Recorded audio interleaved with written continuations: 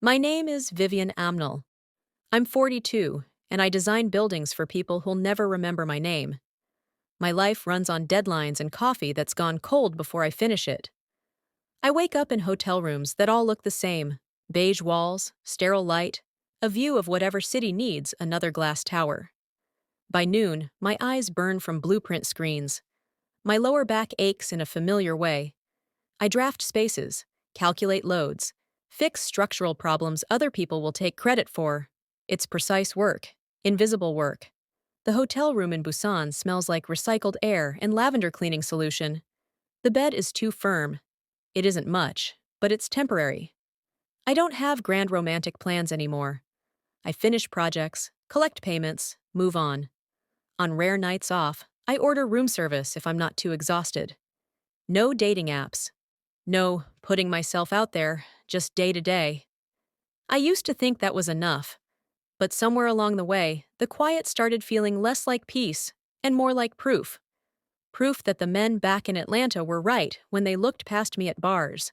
Proof that 42 meant invisible. Proof that my value had an expiration date I'd missed while building other people's empires. It's been 3 years since my last date. Not because I was heartbroken, I just got tired. Tired of being measured like an aging property. Good bones, but past prime market value. Tired of polite smiles that died when men realized I had opinions and stretch marks and a mortgage. Eventually, I stopped trying. Being alone felt easier, safer. No expectations meant no disappointment. Then my project manager called about the VIP inspection. The client wanted to review the penthouse club renovation personally, after hours. Private meeting. I tried to decline, cited the usual boundaries about after-work consultations, but Min Jun's voice went tight on the phone. Ms. Amnell, this client doesn't make requests. He makes requirements. One walkthrough. That's all. The unspoken threat hung there. Refuse, and the contract evaporates. I'd seen it happen to other foreign consultants who didn't understand how business worked in certain circles. What was the worst that could happen? Another awkward meeting I'd forget by morning. The club entrance was on a quiet street in Hyundai, tucked between luxury high-rises that blocked out the stars. Black marble steps, frosted glass doors, warm golden light bleeding through the cracks. It smelled like expensive whiskey and sandalwood before I even stepped inside. I arrived exactly on time, heels clicking against polished stone, my leather portfolio tucked under one arm. The security didn't speak, didn't smile, just gestured toward the elevator with the kind of efficiency that suggested questions weren't welcome. I scrolled through my tablet during the ride up, already calculating exit clauses in the contract, already rehearsing professional distance. Then the elevator doors opened to the penthouse floor, and the air changed. The space was stunning. Floor-to-ceiling windows overlooking Busan's glittering coastline, dark leather seating arranged in intimate clusters, low amber lighting that made everything feel like a secret. But it was the silence that struck me first. Heavy, expectant. 3 men in dark suits stood near the bar, motionless as sculptures, and in the center of the room, facing the windows with his back to me, stood someone who made the space feel smaller just by existing. Broad shoulders in a charcoal suit so perfectly tailored it looked like armor. Hands in his pockets, posture relaxed in a way that suggested he'd never had to prove his authority. Dark hair cut sharp and neat. He didn't turn when I entered, didn't acknowledge me at all. Then I heard the sound. A choked gasp from the corner of the room. My eyes adjusted, and I saw him. A man on his knees, face bruised and swollen, hands zip-tied behind his back. Blood dripped slowly from his nose onto the pristine marble floor. One of the suited men stood behind him, hand resting casually on the kneeling man's shoulder. The message was clear. This wasn't a business meeting. This was a judgment. The man by the window finally spoke, voice deep and unnervingly calm. "You stole from me, Cho. Not money. Loyalty." He turned then, and I saw his face for the first time. Sharp jawline, high cheekbones, eyes like black glass. Beautiful and merciless in equal measure. A dragon tattoo curled from beneath his collar, black ink stark against his throat. I don't tolerate betrayal. Please, the man on the floor gasped. Please, I have a family. You had a family when you decided to sell my roots to the Yakuza. Seo-Jin's voice didn't rise. Didn't need to. He nodded once. The bodyguard moved. I should have looked away, should have backed into the elevator and pretended I'd seen nothing, but my feet stayed frozen, and my eyes stayed open, and I watched Kang Seo-Jin, the Black Viper himself, oversee violence with the detached precision of a surgeon. When it was over, he wiped his hands with a white pocket square, the motion almost delicate. Then his eyes found me across the room. Obsidian. Unreadable. Assessing. I waited for fear to crush my lungs, waited for my survival instincts to kick in. Instead, something else took over. The part of me that had walked through construction sites full of men who doubted me. The part that had survived boardrooms designed to make me small. I cleared my throat. The hidden exit in the east wall, I said, voice steadier than I felt. Shoddy craftsmanship. The hinge placement won't support repeated use under stress. You need reinforced steel brackets, not whatever contractor sold you decorative security. Silence. Complete. Suffocating. The bodyguards exchanged glances. Seo-Jin's expression didn't change, but something flickered behind those cold eyes. Surprise, maybe. Or curiosity. He stepped toward me. Slow, deliberate, each footfall echoing against marble. He stopped 3 feet away, close enough that I could see the faint scar cutting through his left eyebrow. Close enough to smell cedar and smoke on his skin. You're the architect, he said. Not a question. Vivienne Amnell? I extended my hand, a ridiculous gesture given the circumstances, but professionalism was the only lifeline I had. He stared at my hand for a long moment. Then he took it.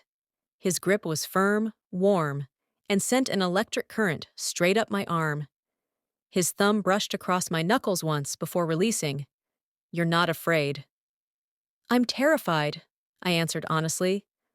But I'm also right about that hinge, and the load-bearing miscalculation in your northwest corner, and the fire code violations in your ventilation system. I pulled out my tablet with shaking hands, swiping to the blueprints. You paid for luxury and safety. You got neither. His eyes narrowed. Not with anger, with something closer to fascination. Show me. For the next 20 minutes, I walked Kang Seo-Jin through every structural flaw in his penthouse fortress. I pointed out weak points, explained stress loads, detailed how easily someone could breach his so-called secure space. He listened without interrupting, hands clasped behind his back, eyes tracking my every gesture. When I finished, he was quiet for a long time. Why? He finally asked. Why what? Why tell me this? You could have taken your payment and left. Instead, you've just told me my empire has cracks. I met his gaze. Held it. Because I don't put my name on compromised work. And because if someone's going to die in this building, it won't be because I stayed silent about engineering failures. Something shifted in his expression. The ice didn't melt, but it softened. He turned to one of his men. Get her the contract amendment. Triple the budget. She fixes everything. Sir.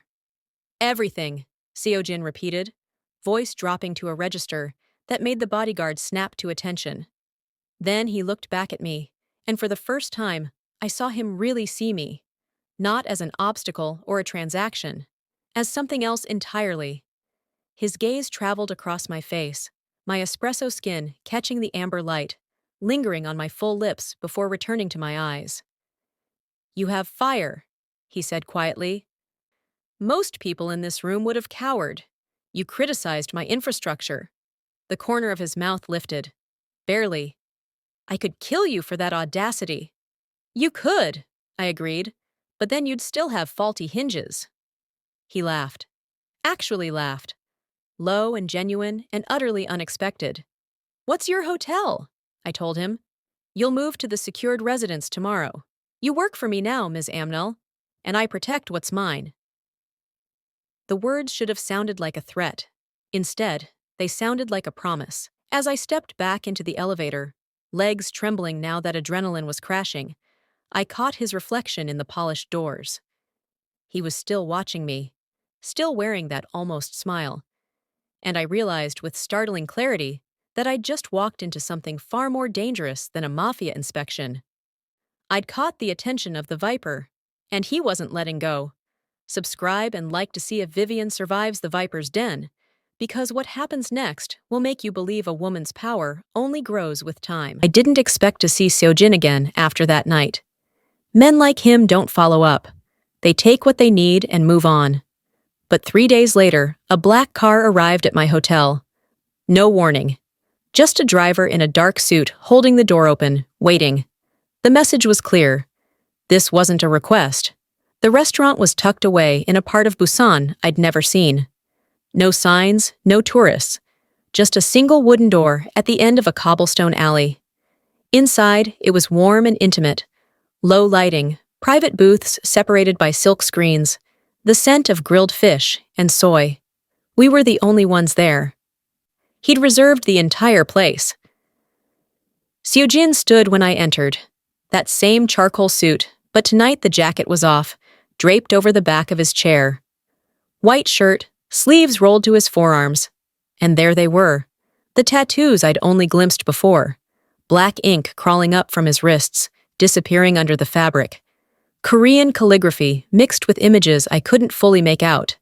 Dragons, names, symbols that looked like promises or warnings. He didn't try to hide them. That surprised me. "You came?" he said, pouring tea into 2 cups with steady hands. "You didn't give me much choice." "There's always a choice, Vivienne." The way he said my name felt deliberate, like he'd been practicing it. I sat across from him, the table narrow enough that our knees almost touched. He slid a cup toward me. Steam rose between us. For a while, we didn't speak, just sat there, the silence heavy but not uncomfortable. I'd spent years in boardrooms with men who filled every second with noise, trying to prove something. Seo-Jin didn't need to prove anything. His presence did that for him. "Why am I here?" I finally asked. He leaned back, eyes tracking my face like he was reading blueprints. "Because you interest me." "I critique your exit routes, and suddenly I'm interesting?" "You didn't look at me the way most people do." He paused, fingers tracing the rim of his cup. "You looked at me like I was a problem to solve, not a monster to fear." I set my cup down carefully. "Are you a monster?" He smiled then, not warm but real. "Some days." The food arrived in waves, small plates, each one more beautiful than the last. He ate slowly, methodically. Everything about him was controlled. Precise. But when he reached for the soy sauce, his sleeve pulled back further, and I saw it. A name tattooed in Hangul, crossed out with a single harsh line. I shouldn't have asked. I knew that. But something in me needed to understand the man sitting across from me. Who was that? His jaw tightened. For a moment, I thought he'd shut down completely. Instead, he set down his chopsticks and rolled his sleeve higher. More names, more lines. A map of loss, written in permanent ink. People I couldn't save, he said quietly. Brothers, mentors, one lover who thought she could change me. His eyes met mine. The ink reminds me what happens when I let my guard down. I should have felt afraid. This man was telling me he was dangerous, that caring about him came with a cost. But all I felt was a strange kinship. I knew what it meant to carry losses you couldn't undo, to build walls so high that loneliness felt safer than risk. "That's a lonely way to live," I said. Says the woman who designs buildings but lives in hotels. Touché. I smiled despite myself. Fair point. He leaned forward then, elbows on the table.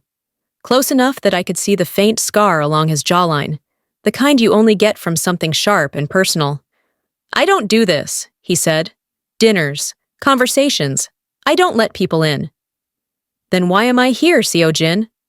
"Because when you looked at me, you didn't see the black viper. You saw faulty hinges." He exhaled, something like amusement crossing his face. And I haven't been seen as just a man in a very long time. The weight of that confession settled between us. I understood it more than he knew.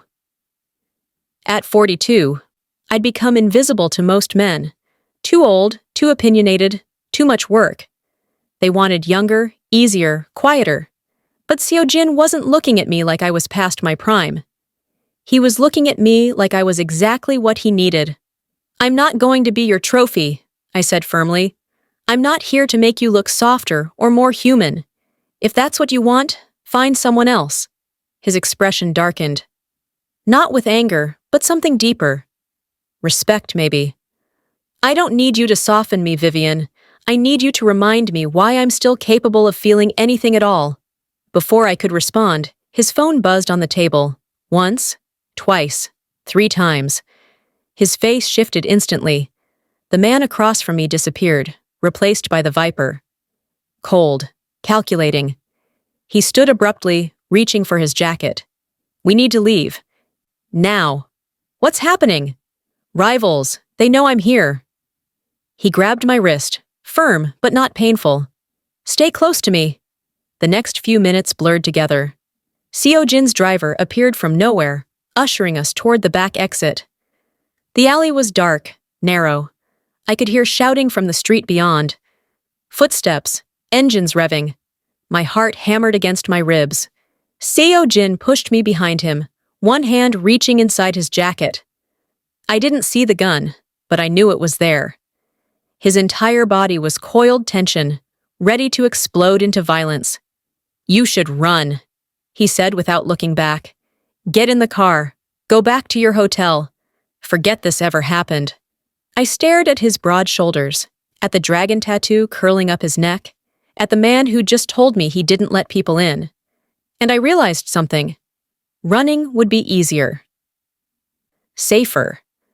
I could go back to my beige hotel rooms, and my lonely projects, and my life of being overlooked. But I was tired of safe. Tired of invisible. I stepped closer instead of away. "I'm not running." He turned, eyes wide with something that looked like shock. "Vivienne! You wanted someone who sees you as a man, not a monster. Well, I see you, and I'm not going anywhere." For a single frozen moment, the noise from the street faded. It was just us in that dark alley. His hand found mine, fingers lacing together. Rough knuckles, warm palm. The grip of someone who'd survived things I couldn't imagine. "You're insane," he muttered. "Maybe, but so are you." The driver appeared then, pulling us both toward the waiting car. We moved fast, low, efficient. Seo-Jin shielded my body with his own until we were inside. The car peeled away just as I heard glass shatter behind us. Inside the vehicle, breathing hard, we sat in silence. His hand was still holding mine. He hadn't let go. "I don't understand you," he said finally, voice rough. "Good. Keep it that way." He almost smiled. And in that moment, speeding through the streets of Busan, with danger chasing us and our hands intertwined, I knew something had changed. This wasn't just attraction anymore. It was choice. I'd chosen to stay. And somehow, that terrified me more than any threat ever could. If you believe a woman's power only grows with age, like and subscribe now. Your support keeps stories like this alive. Stories where women like us don't fade, we ignite.